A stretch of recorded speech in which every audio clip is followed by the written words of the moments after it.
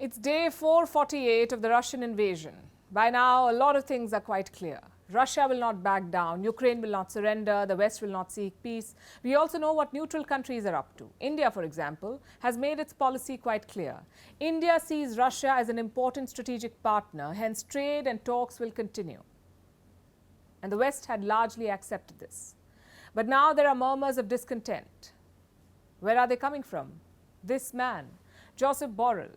He is the European Union's foreign policy chief, sort of like their top diplomat.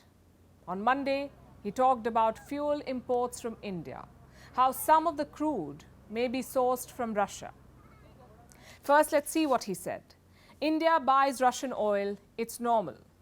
But if they use that in order to be a center where Russian oil is being refined and byproducts are being sold to us, we have to act.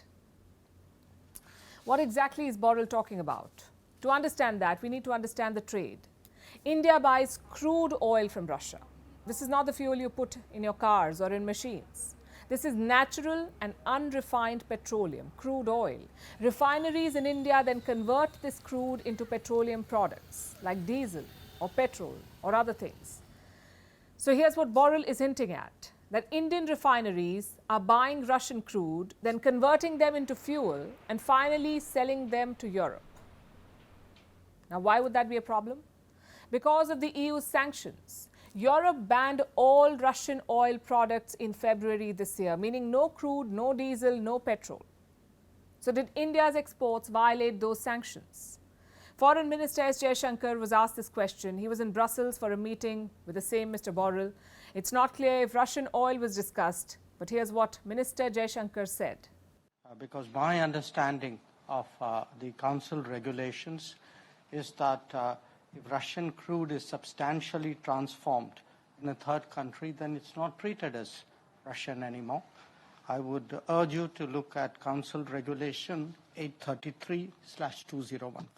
Let me simplify that for you, that argument that he made. Jaishankar says Russian crude undergoes a lot of change in India. To use his words, it is substantially transformed, which means it cannot be treated as Russian anymore. Let's try an example. Imagine you take tomatoes from your neighbor. You make soup with them. Who gets the credit for that soup? The neighbor who grew the tomatoes, or you who made the soup? That was Jaishankar's argument, basically.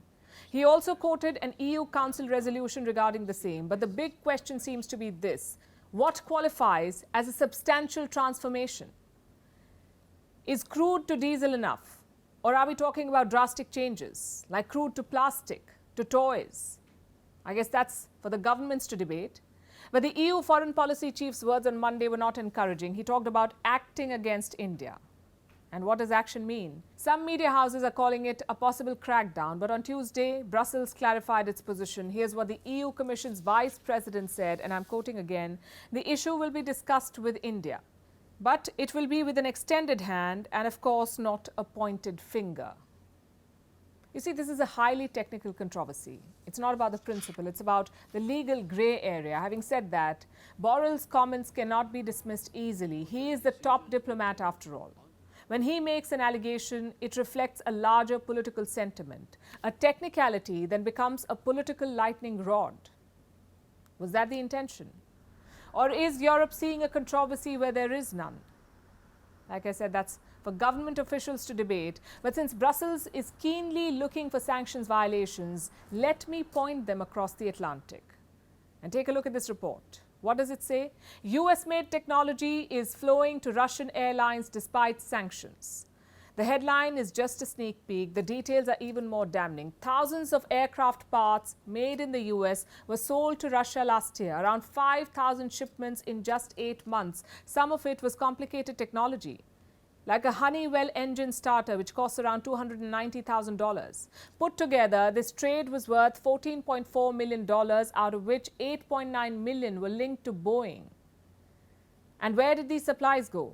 To Russian carriers like Aeroflot and Rossiya Airlines.